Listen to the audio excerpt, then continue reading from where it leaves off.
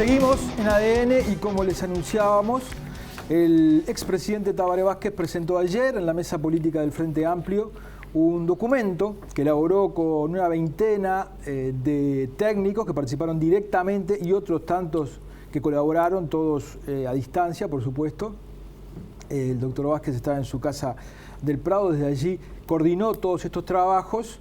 Y bueno, vamos a conversar con él. Doctor, muchísimas gracias por atendernos, por estar en este primer programa de ADN. No, muchas gracias a ustedes por esta participación que me han dado. Buenas noches, doctor. ¿Cómo le va? ¿Cómo anda? ¿Cómo está, Raúl? Muy bien. ¿Usted bien? Muy bien. Doctor, arranco ya.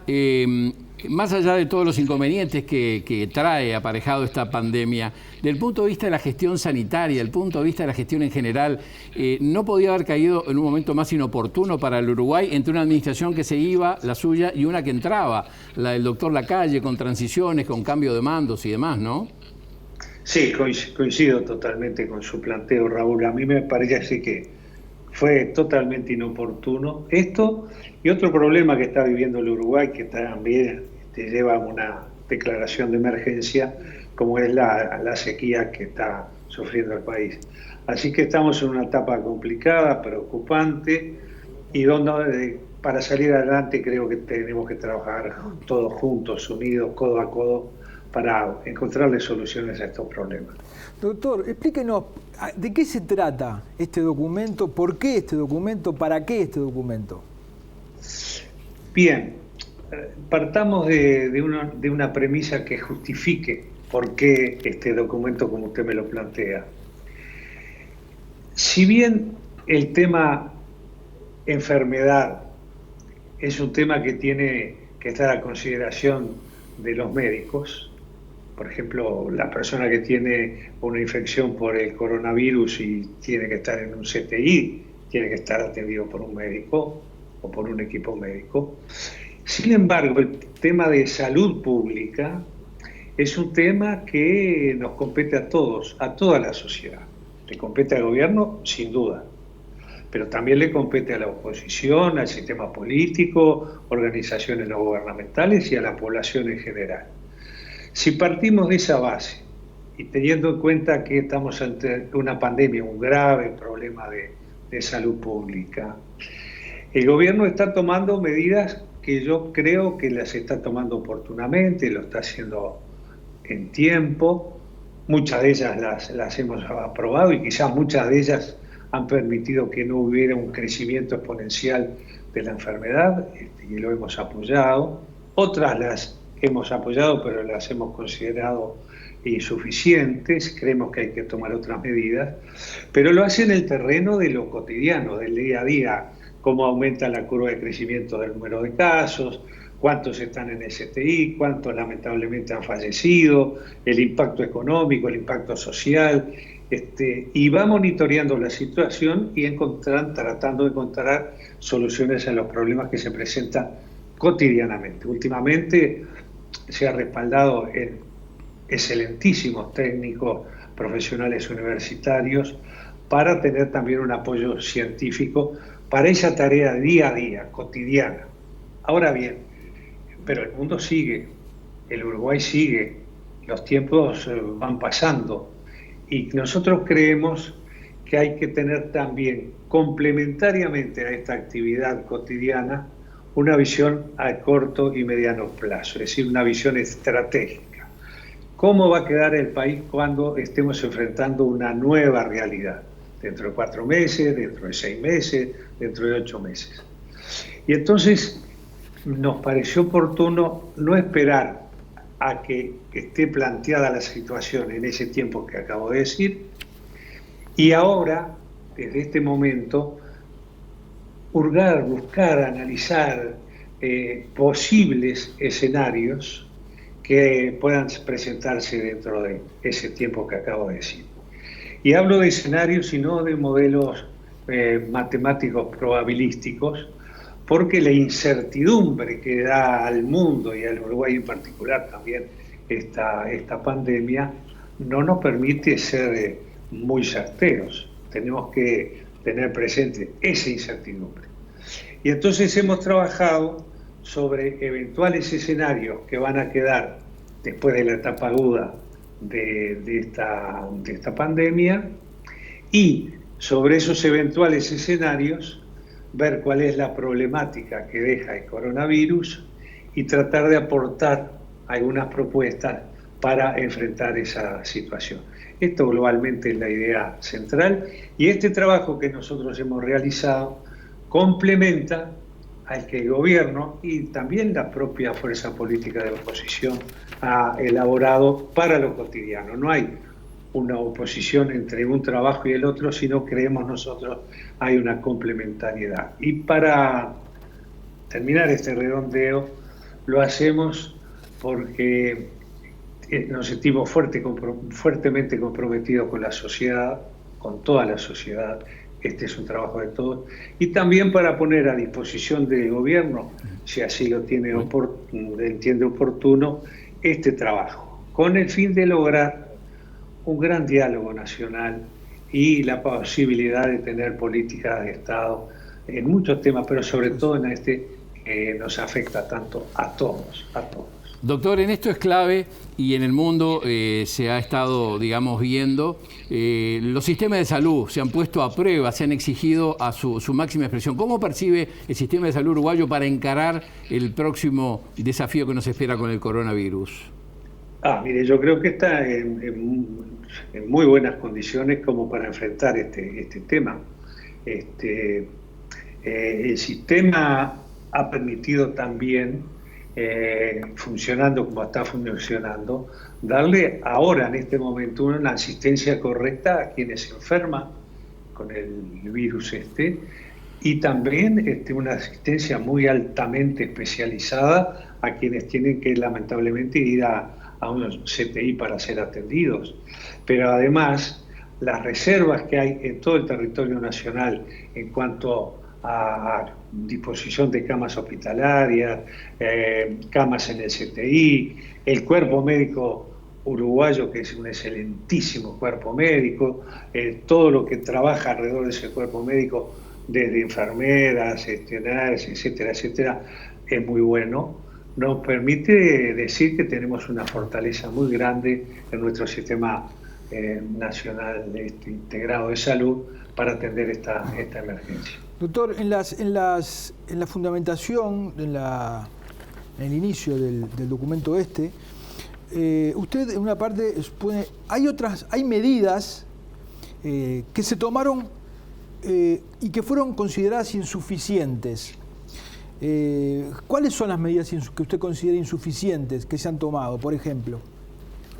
Bueno, algunas de ellas, nosotros creemos en la parte de propuestas, y sobre todo propuesta económica, planteamos la posibilidad de establecer un subsidio transitorio mientras dure la cuarentena de un salario mínimo nacional para todas las trabajadoras y trabajadores no registrados en el Ministerio de Trabajo y Seguridad Social ni en la Seguridad Social. Me estoy refiriendo fundamentalmente a cuentas propistas y a trabajadores informales. Y entonces creo que ese es un buen ejemplo, me parece a mí, para sostener lo que acabamos de decir, entre otros que podemos dar. Económicas, básicamente, dice usted, no se refiere a cuestiones sanitarias. No, fundamentalmente económicas. En lo sanitario, yo diría que sería fundamental avanzar en el número de test que se realizan para saber si una persona tiene o no el contagio con el virus. ¿Qué número le parecería a usted? Estamos en 700 o 770. Se llegó a 1000, ¿no? Sí. Pero estamos en el torno de los 800, 900. ¿Usted cuánto le parecería correcto? Yo creo que la meta que había fijado el gobierno de 1000 test por día está bien, pero no nos guiemos tanto por números tan rígidos en una situación tan inestable, tan imprevista, ¿verdad? Cuanto más se puedan hacer, y ahí está trabajando la UDELAR, está trabajando el Instituto Pasteur, cuantos más test se puedan hacer, siempre que luego haya un seguimiento epidemiológico, porque hacer el test por hacer el test no sirve. sino hacer el test, determinar qué personas están contaminadas, qué contactos tuvieron, hacer el seguimiento de esos contactos, para poder sacar después sí las conclusiones y poder ir cercando a este virus que no tiene un tratamiento específico desde el punto de vista médico y que las medidas que hay que tomar son las de alejamiento social, como se quiera denominar. Estar las personas, sobre todo de alto riesgo, aisladas lo más que se pueda, las medidas de higiene, quedarse en la casa, todas medidas que se han tomado y que yo creo que se han planteado y son muy acertadas. Pero algunas yo creo que creemos que habría que profundizar. Doctor, sobre fines de marzo usted en una entrevista en M24 hacía referencia a que creía que dada la situación, la evolución de la pandemia, se tendría que terminar en una cuarentena total obligatoria. La práctica demostró que se hizo un camino intermedio y los resultados que se han logrado, ¿lo satisfacen? Satisfacen por el momento, claro que sí. La curva de crecimiento está aplanada, es prácticamente paralela a la línea de base, pero yo quisiera hacer una precisión, si ustedes me permiten, sobre ese programa. Yo hablé que quizás en la evolución del tiempo y de la pandemia tendría que tomarse alguna medida más radical, como una cuarentena obligatoria. Nunca dije total. Y está grabado, y voy a fundamentar por qué nunca dije total, sino parcial. Porque en aquel momento dije también, no se puede cerrar toda la actividad, dije. En este momento se está haciendo la cosecha de arroz y no se puede estar pensando en abandonar esa cosecha. Y agregué, dentro de algunos días posiblemente comience la cosecha de soja y hay que hacer la cosecha de soja. Yo lo que hablé o intenté decir, y capaz que no me expresé bien, que era digamos, un mandato hacia aquellos sectores de riesgo, aquellos sectores que no obligatoriamente tuvieran que salir a trabajar o a hacer distintas actividades. De cualquier manera, doctor, sabe que a mí me llamaba la atención, aunque fuera parcial, no por la propuesta solamente suya, sino también por la del sindicato médico, ¿no?, que era general y obligatoria, el concepto de obligatoria. Por dos razones. La primera, porque es muy difícil hacer cumplir la obligatoriedad y ahí tenemos a Argentina con gente presa.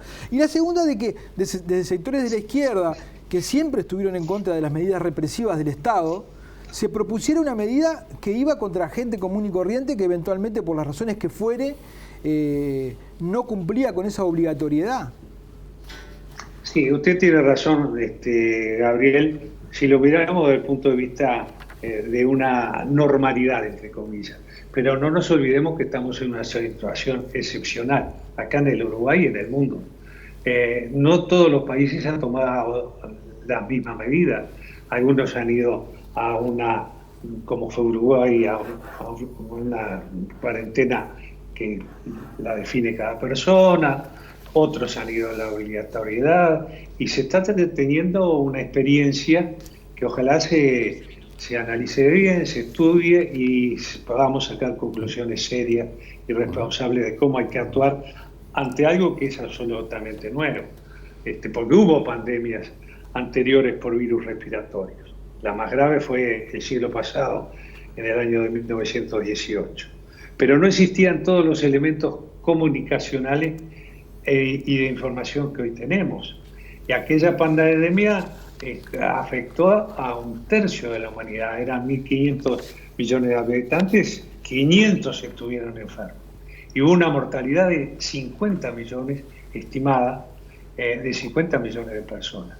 Hoy, por suerte, tenemos todas estas comunicaciones, toda esta tecnología que nos permite saber qué está pasando en el momento en todo el mundo. Y bueno, en función de ello saquemos las conclusiones de algo que es nuevo en este momento para el mundo.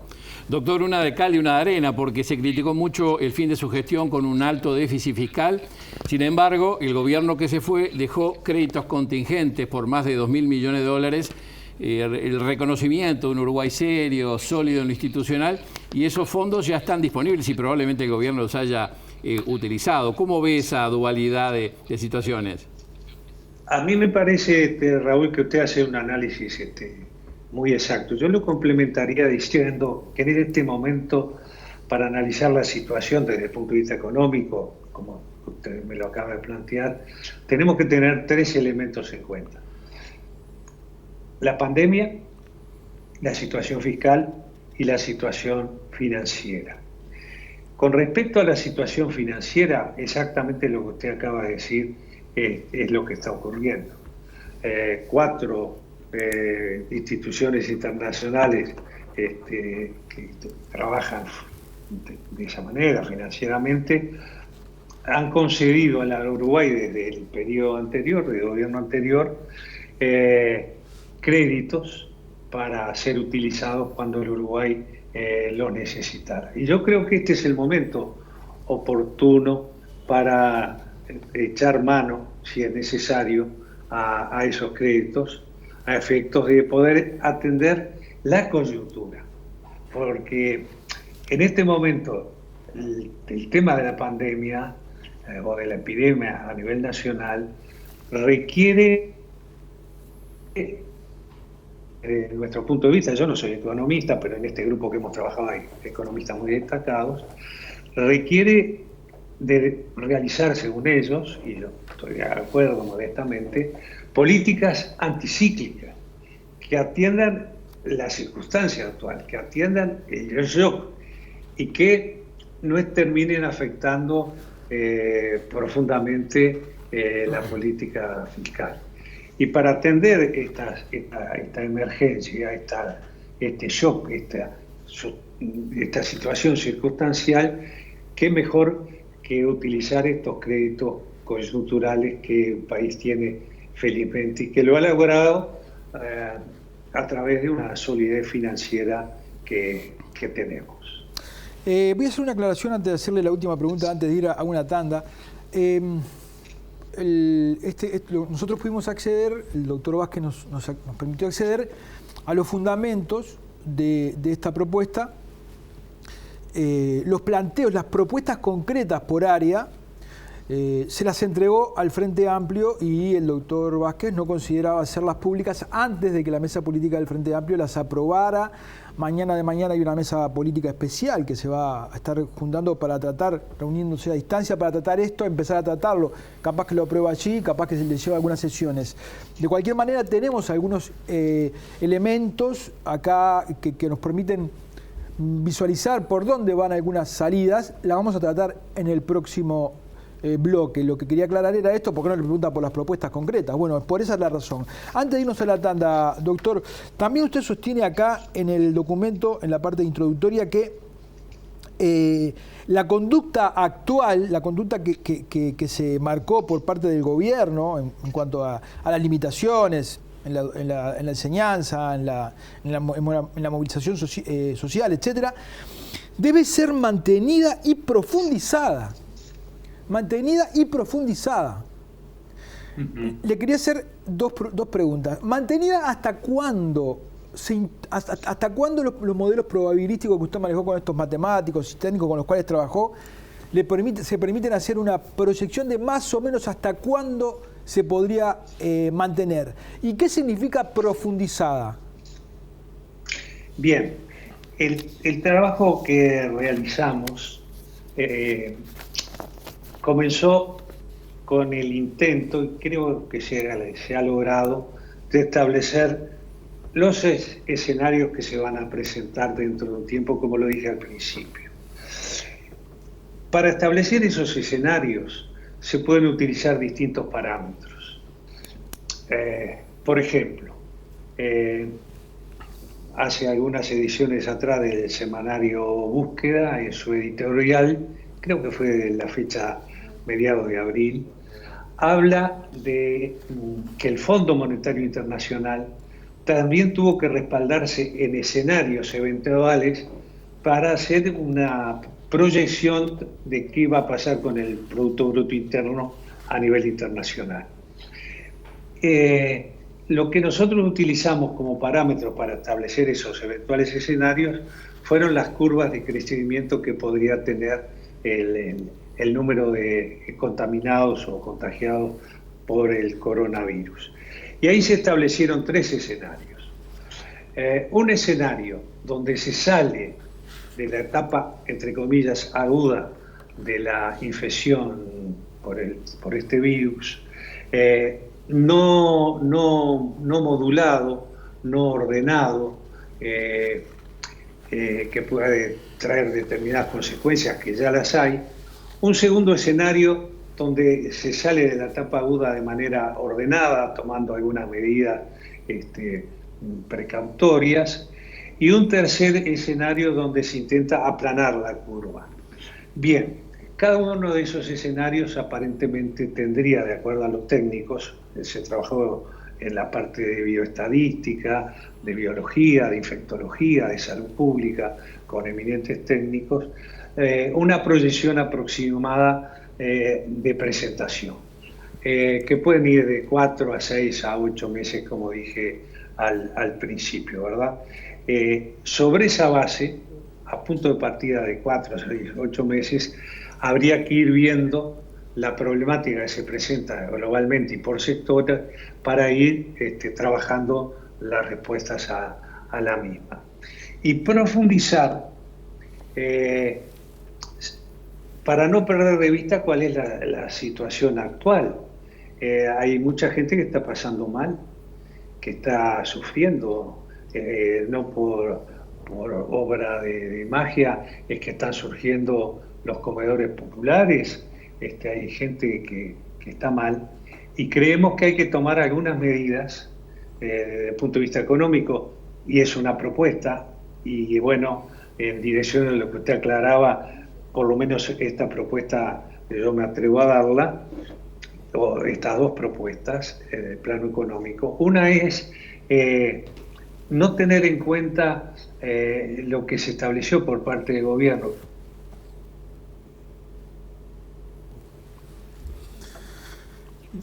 Bueno, la tecnología. El hombre ha llegado a la luna, pero nosotros seguimos con, nosotros digo el mundo, ¿no?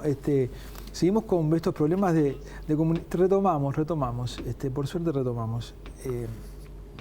Doctor, ¿nos escucha? ¿Nos escucha? Sí, ahora sí, lo escucho. Se cortó. ¿En dónde? Tomo lo del 11 de marzo. Cuando dijo buenas noches, doctor, cuando dijo buenas noches. Bueno, empezamos de nuevo.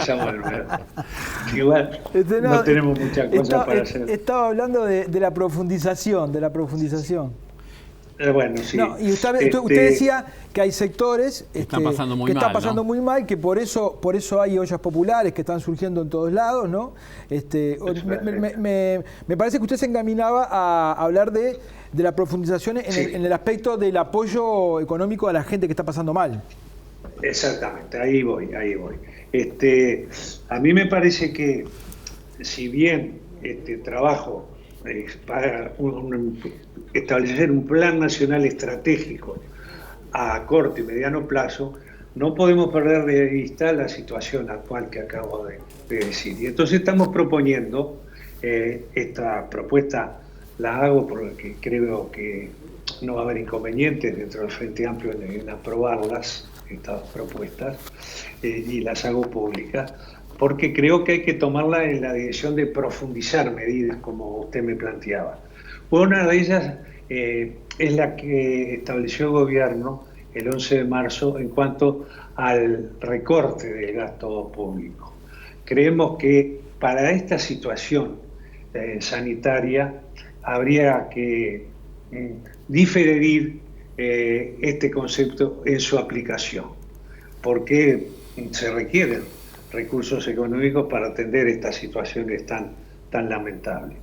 Y en segundo lugar, como propuesta también, subsidiar con un salario mínimo nacional, como ya lo hemos establecido también, a aquellas trabajadoras y trabajadores no registrados en el Ministerio de Trabajo y Seguridad Social ni en la Seguridad Social, para que reciban durante la duración de esta cuarentena ese salario mínimo nacional. Me estoy refiriendo fundamentalmente a cuentapropistas y a trabajadores informales.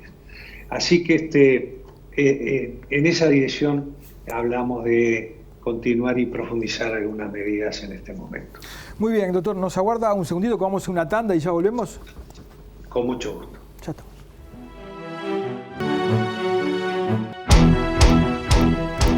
Bien, seguimos en ADN, seguimos en contacto con el expresidente, el doctor Tabaré Vázquez. Raúl. Doctor, usted plantea en este documento, en este trabajo, 3 escenarios posibles. Me gustaría preguntarle, en función de criterios de seguridad, de garantía sanitaria, ¿qué va a pasar con la educación, que es una de las restricciones mayores que la pandemia le impone al Uruguay y donde el elemento presencial es clave para seguir avanzando? Sí. Creo que se enmarca dentro del terreno de la incertidumbre la respuesta que yo pueda dar. El mundo cambió y cambió dramáticamente, y no estoy exagerando. Y el Uruguay no podía estar ajeno a esa realidad que vive el mundo. Muchas cosas han dejado de ser paradigmáticas. Y va a haber una nueva realidad en el mundo y en el Uruguay. En el terreno del trabajo, quizás en el terreno de la producción, de las comunicaciones, como planteaba muy bien Gabriel, en las actividades parciales, como puede ser el turismo, y la educación no puede escapar a esa realidad. Decir con seguridad va a haber que desarrollar una educación con estas características muy bien definidas, muy bien limitadas, plantearlo hoy me parece que es un poco aventurero, pero creo que la educación de futuro, acá en el Uruguay y quizás en otras partes del mundo, se va a tener que basar en 2 elementos: la educación presencial, pero también la educación a distancia, teniendo en cuenta todos los avances tecnológicos que hoy tenemos, que hace un siglo y medio atrás era el pizarrón y la tiza, y ahora es la computadora, la tablet, etcétera, etcétera. Y a mí me parece que va a ser necesario también en este tema desarrollar política de Estado, sentarse todo el sistema político y también las organizaciones sindicales, las que aportan de manera tan importante a la educación, a analizar cuál es esa nueva, yo llamaría nueva realidad, porque va a ser una realidad completamente distinta. Y en este sentido quiero decir también, como lo dijimos al principio, que el Uruguay tiene fortalezas, que hay que seguir mejorando, perfeccionando, y entre las fortalezas que tiene a su plan Ceibal con sus plataformas que permiten avisorar la posibilidad de avanzar en esa dirección. Y aprovecho la oportunidad, si ustedes me permiten, para hacer un comentario sobre una posición del gobierno nacional nuestro en este momento, tanto por parte de nuestro presidente de la República como también por las autoridades de la educación, en cuanto a no rendirse y no considerar que este año 2020 es un año perdido para la educación. Yo creo que eso es muy acertado y hay que trabajar con mucha fuerza, con mucha decisión, para que nuestras niñas, niños y nuestros jóvenes no tengan que contabilizar el año 2020 como un año perdido. Hay que hacer los mayores esfuerzos para lograr rescatar en lo que viene la posibilidad de no perder este año lectivo. Doctor, mucha gente, expertos, están evaluando de que esta pandemia lo que hizo fue adelantar unos cuantos años ese mundo en el que se visualizaba, que se venía, que era el mundo del trabajo a distancia, el mundo de la robótica, el mundo de la inteligencia artificial, el mundo de las tecnologías de la educación, de la información. Eso lo ha adelantado. Y se advierte que uno de los impactos fuertes que está provocando la pandemia en la sociedad obedece a que no hay los suficientes trabajadores preparados para enfrentar ese mundo. Y un dato, podría haber muchos, digamos, ¿no? Pero un dato que tenemos es que 6 de cada 10 muchachos no terminan el secundario. Entonces, cuando usted después de 15 años de gobierno frente amplista, se sienta ante ese dato, ¿no? Que 6 de cada 10 muchachos no terminan el secundario. ¿Usted no piensa, qué herencia dejamos? ¿O qué materia tan grave nos quedó en el debe? Claro que lo pienso. Claro que sí, claro que lo pienso. Pero, si usted me permite, para responderle con más precisión lo que usted me plantea, creo que el mundo se vio sacudido con la aparición de este virus, de este coronavirus, de esta pandemia, y que llevó a algo, que llevó al mundo en general a algo que creo que necesitaba. Y en términos tecnológicos, el mundo se reseteó.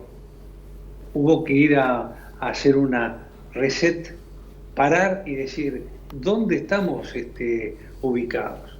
En un mundo con un alto consumismo, en un mundo totalmente no igualitario, donde hay mucha gente que pasa muy mal y poca que tiene mucho dinero, donde había serios problemas económicos de la economía mundial, las comerciales entre Estados Unidos y China. Yo creo que el mundo estaba gritando, paremos un poco la máquina y sentémonos a pensar en un mundo mejor, en un mundo más amigable, en un mundo más justo, en un mundo más solidario, en un mundo donde podamos ir todos hacia adelante y no unos pocos y la enorme mayoría quedar para atrás. Y en ese terreno entonces hay que pensar en qué educación de futuro y en qué trabajo de futuro vamos a tener que desarrollar. Sin duda no era la aspiración nuestra terminar con esas cifras de nuestro periodo de gobierno. En otras mejoramos, pero en esa cifra no era nuestra aspiración, ya lo habíamos marcado que íbamos a tratar para obtener otros resultados. Pero bueno, la realidad es la que es y creo que esto sí justifica a decir que el gobierno plantee ante las dos emergencias que tenemos la posibilidad de tratar otros temas urgentes. No una ley de urgente consideración tipo, yo no sé, transbordador especial que lleve de todo, sino temas específicos.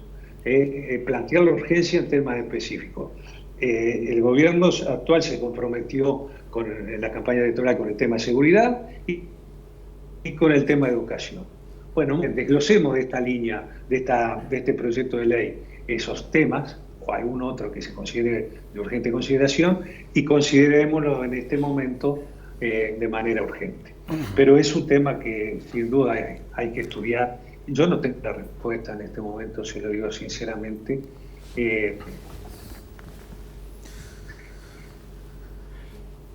Y no sé en esta incertidumbre que estamos viviendo. Bien, ¿me escucha bien, doctor?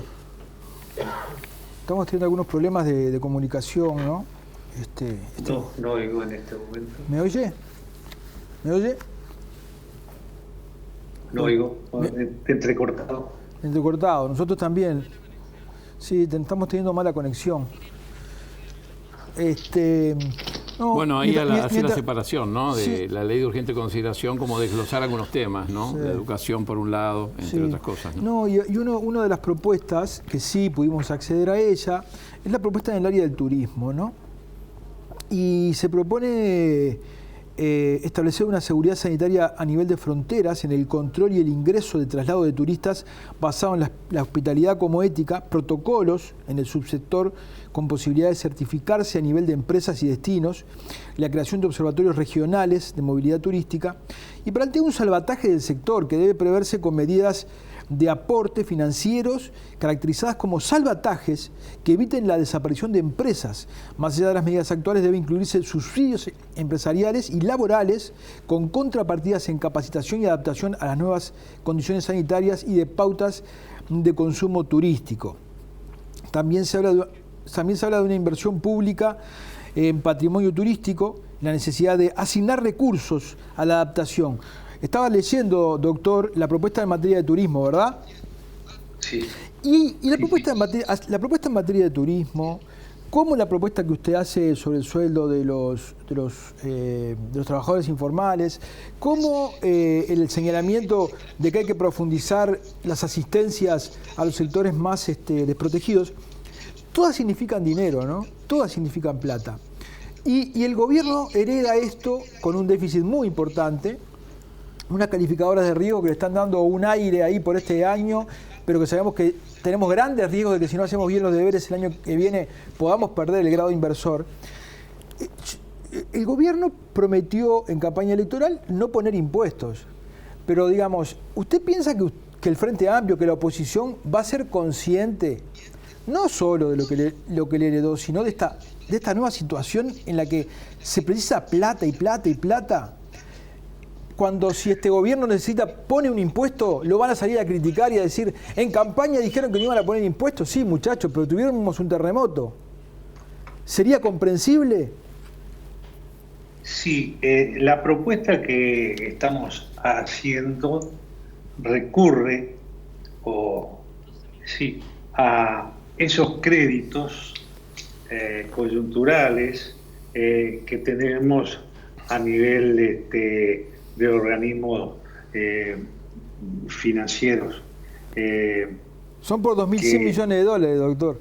2.200. Y es para atender, como lo dije al principio, desde nuestro punto de vista, con medidas contracíclicas, una situación circunstancial. Uh-huh. El shock que tenemos en este momento.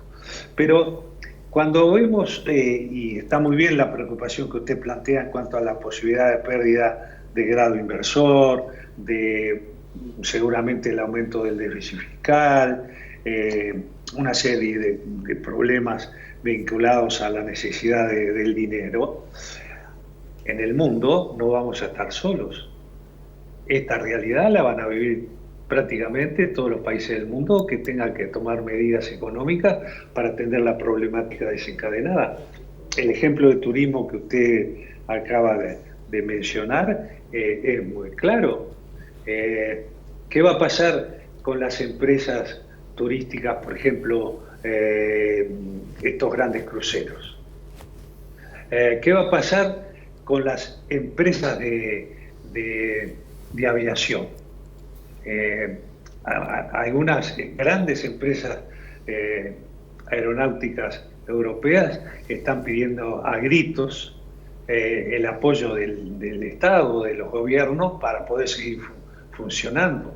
El problema económico, financiero, fiscal que va a tener el Uruguay en el futuro, también lo van a tener otros países y va a poder ser comprendido en el contexto global, que no es una situación caprichosa o de mala conducción por parte del gobierno uruguayo, sino que es producto de una circunstancia que tiene que ser atendida porque hay mucha gente que está pasando muy mal acá y en muchas partes del mundo. Doctor, estas situaciones se solucionan normalmente con dos fuentes de financiamiento. Como bien decía usted, una fuente de financiamiento externo, que se hace en condiciones favorables, en fin, pero que no alcanza con eso, y con el aporte de los ciudadanos uruguayos y los ciudadanos de cada país en sus diferentes realidades.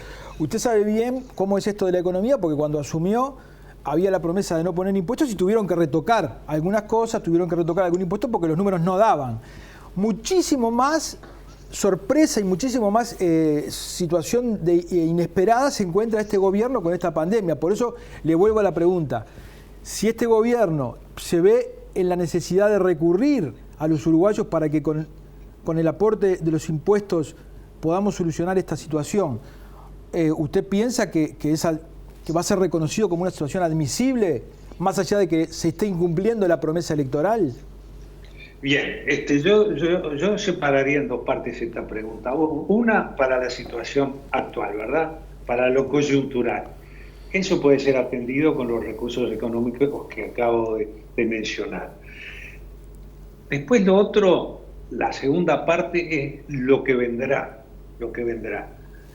Nosotros planteamos algunos escenarios, no planteamos la posibilidad de desarrollar nuevos impuestos para esos escenarios. Pero la incertidumbre pauta que la prudencia debe primar y tenemos que estar preparados para esos escenarios y ver si es necesario o no llevar adelante, por ejemplo, la creación de algún nuevo impuesto. Pero para llevar adelante sin mayor conflictividad la posibilidad de implantar nuevos impuestos, tenemos que llevar adelante una mesa de diálogo nacional para llevar adelante políticas de Estado, porque luego de la experiencia de haber sido 2 veces presidente de la República y una vez intendente de Montevideo, he llegado a la conclusión que se pueden elaborar las mejores leyes con los mejores técnicos, con los mejores legistas, con la mejor intención, que si esas leyes, luego de aprobadas, no logran consensos políticos y consensos sociales, terminan siendo simplemente papeles en un cajón de un escritorio. Con esto quiero rescatar la importancia que tiene el desarrollo y el lograr un diálogo nacional importante y políticas de Estado. Y si transitamos ese camino hacia el futuro, bueno, analicemos la situación económica que se va a presentar, veamos cómo la podemos superar, analicemos con tiempo y con prudencia las medidas a tomar, y si hay que tomar medidas como nuevos impuestos, por ejemplo, a grandes capitales o a capitales de uruguayos que están en el exterior, y lo hacemos a través de un consenso entre el gobierno y la oposición, yo creo que no va a haber la conflictividad que el señor periodista plantea, pero ese es para mí el camino, el del diálogo y el buscar políticas de Estado y consensos al respecto. Doctor, una de las polémicas que se generó en la transición fue el aumento de tarifas. Su gobierno decidió no aumentarlas, el actual gobierno las subió a partir del 1 de abril. En esta situación, ¿usted sigue entendiendo que no era pertinente aumentar las tarifas habida cuenta del incremento en el déficit y de las obligaciones que esta nueva situación le implican a la administración actual? Sí, sigo en la misma línea y quizás el tiempo y esta aparición de esta circunstancia a nivel mundial puede reforzar esta idea en el sentido que, por ejemplo, el precio del crudo de petróleo bajó, voy a reiterar un término que utilicé en esta entrevista, dramáticamente. Se me puede decir, bueno, pero ANCAP ya había comprado a determinado precio y entonces no pudo usufructuar este beneficio.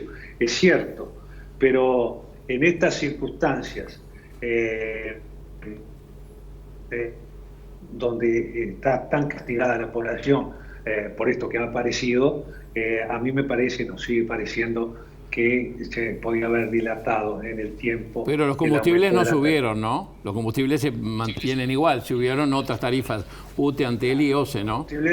Pero quizás se podía haber pensado en bajar el combustible y otras tarifas no subirlas, porque la población no está en condiciones de atender una suba tarifaria de las empresas públicas en este momento. Pero la economía permite, el déficit ya creciente que tenemos, ¿le permite al gobierno seguir gastando en esas condiciones? Pero hay que atender las urgencias y ahora estamos ante una urgencia que hay que atender y después veamos cómo trabajamos en los escenarios o en el escenario que se presente para atender la remanencia, los remanentes que quede de esta etapa aguda, pero hay que atender lo esencial, lo agudo, lo emergente, la urgencia que tenemos en este momento. Y no nos parece que el aumento de las tarifas públicas sea lo más conveniente para llevar adelante. Volviendo un pasito atrás, el tema de los impuestos, el contador Danilo Astori habló de gravar los depósitos en el exterior. ¿Está contenido en la propuesta esa idea? No está contenida esta idea en la propuesta, pero particularmente en lo que a mí respecta y muy modestamente estoy completamente de acuerdo con el planteo del contador Danilo Astori. Doctor, uno de los colectivos más sensibles en esta situación es el de las personas mayores y allí se pone sobre la mesa el tema de los hogares de ancianos, los residenciales, lugares de larga data. Y hay un tema pendiente, y lo decía Álvaro Delgado en una conferencia de prensa, hace 50 años que el Uruguay tiene pendiente a resolver estos temas. ¿Cómo lo ve y cómo ve el futuro? Y bueno, coincido con lo que ha dicho el secretario de Presidencia, y no es un tema fácil, porque si hubiera sido fácil, los gobiernos que transitamos en esos 50 años hubiéramos encontrado una solución al problema. Hay muchos hogares de ancianos que son absolutamente clandestinos y no se puede entrar casa por casa a ver si hay ancianos guardados y en qué condiciones están. Hay una serie de normativas planteadas, regulaciones que hay que llevar adelante, pero no es un tema realmente fácil de solucionar. Es lamentable que suceda, es terriblemente lamentable que suceda, pero también hay personas inescrupulosas que buscan cualquier circunstancia para ganar dinero, y una de ellas es amontonar, entre comillas y lamentablemente, a personas mayores en condiciones realmente infrahumanas para poder ganar un dinero. Pero yo creo que ojalá esto que ha pasado, esta pandemia, sirva para avanzar sustancialmente en este tema. Y aquí sí, tanto el gobierno como la oposición tienen que trabajar muy juntos para lograr una mejor y la más rápida solución de este problema. Doctor, estamos terminando. A mí siempre me gusta ser transparente con las entrevistas.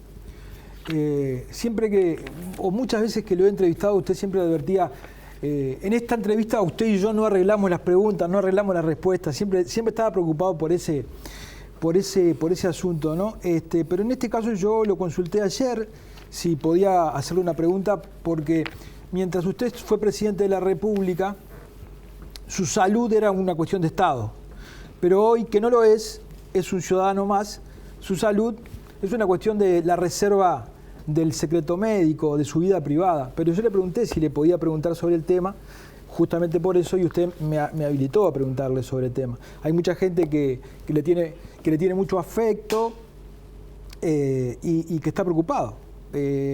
¿Cuál es su situación de salud, doctor? ¿Terminó la quimioterapia? ¿Se está haciendo otro tipo de tratamientos? ¿En qué situación está? Bien, en primer lugar agradezco profundamente la preocupación de muchas personas por mi estado de salud. También su preocupación, Gabriel. La situación es muy clara. Se me diagnosticó un cáncer de pulmón. En su momento se hizo el tratamiento que yo considero adecuado, el de radiocirugía, que ha arrojado resultados muy positivos. A lo largo de estos 8 o 9 meses he tenido algunos problemas vinculados al tratamiento y a la situación de la enfermedad, pero que no han sido mayores. Y ahora me siento bien, estoy en una etapa de seguimiento de mi enfermedad, estoy en un protocolo que periódicamente me realiza estudios para ver cómo voy avanzando. Los últimos estudios que me realizaron fueron en el mes de febrero de este año. Aparentemente la enfermedad está aparentemente está detenida. En medicina el título sería enfermo con cáncer de pulmón que está en este momento en cura clínica, lo que no quiere decir que sea una cura definitiva. Y tendría que realizarme nuevos estudios, ya tendría que hacerlo, pero esta pandemia, como a tantos otros enfermitos o enfermitas, nos ha obligado a diferir en el tiempo un poco los estudios, sobre todo porque no tengo ni signos ni síntomas que marquen que la enfermedad de fondo está evolucionando. Como cualquier problema neoplásico, hoy las enfermedades tumorales se pueden controlar, se pueden curar, pero siempre hay una incertidumbre. Yo no puedo decirle cuál va a ser el futuro del padecimiento que tengo, pero en este momento yo me siento bien y estoy esperando la oportunidad para hacerme los controles que están marcados en el protocolo. No me puedo hacer una composición de lugar de cuánto le remueve a una persona enterarse que tiene esta enfermedad, ¿verdad? Y más usted que la conoce muy bien, a ese mal amigo suyo que es el cáncer. Usted hace un tiempo en una entrevista les dijo que con el cáncer de su madre y de su hermana había perdido la fe. ¿Esto le movió algo en esa convicción suya? ¿Lo movió hacia algún lugar o no?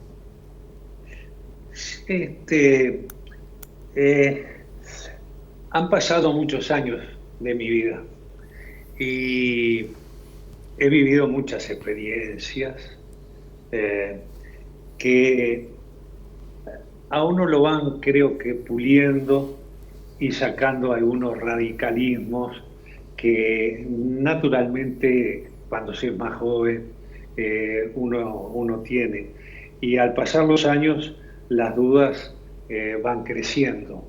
Si usted me está preguntando sobre mi fe, entre comillas, religiosas, y yo le diría que hay momentos que no creo que haya más nada después de la muerte.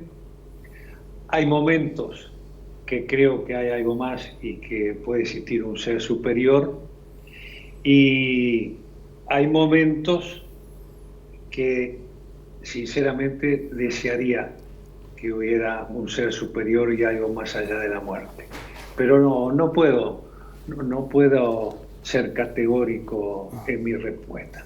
Simplemente yo creo que los seres humanos tenemos que vivir con la mayor dignidad posible los años de vida que tengamos. ¿Cómo le gustaría ser recordado, doctor? Como una persona honesta. Doctor Vázquez, le quedo muy agradecido por el contacto. Le deseo mucha suerte, cuídese y nos estamos viendo. Muchas gracias. El agradecido soy yo, muchísimas gracias y a las órdenes. Muy bien, ahí teníamos al doctor Tabaré Vázquez. Nos vamos a, tuvimos por lo menos algunas propuestas concretas en materia de turismo, el salvataje directamente de empresas y trabajadores, por postergar las medidas que el gobierno había planteado de ajuste, y un sueldo mínimo permanente, un sueldo mínimo para los trabajadores informales. Sí, abrir un poco más la canilla para tratar de ayudar a toda la gente vulnerable con complicaciones y las empresas a superar esta situación. Y ya vendrán tiempos, ya que en el mundo se da esta situación de crisis, ya vendrá el momento de renegociar las deudas y buscar condiciones mejores, ¿no? Nos vamos a una tanda. Cuando volvamos, la columna financiera de educación financiera de Bárbara Mainzer.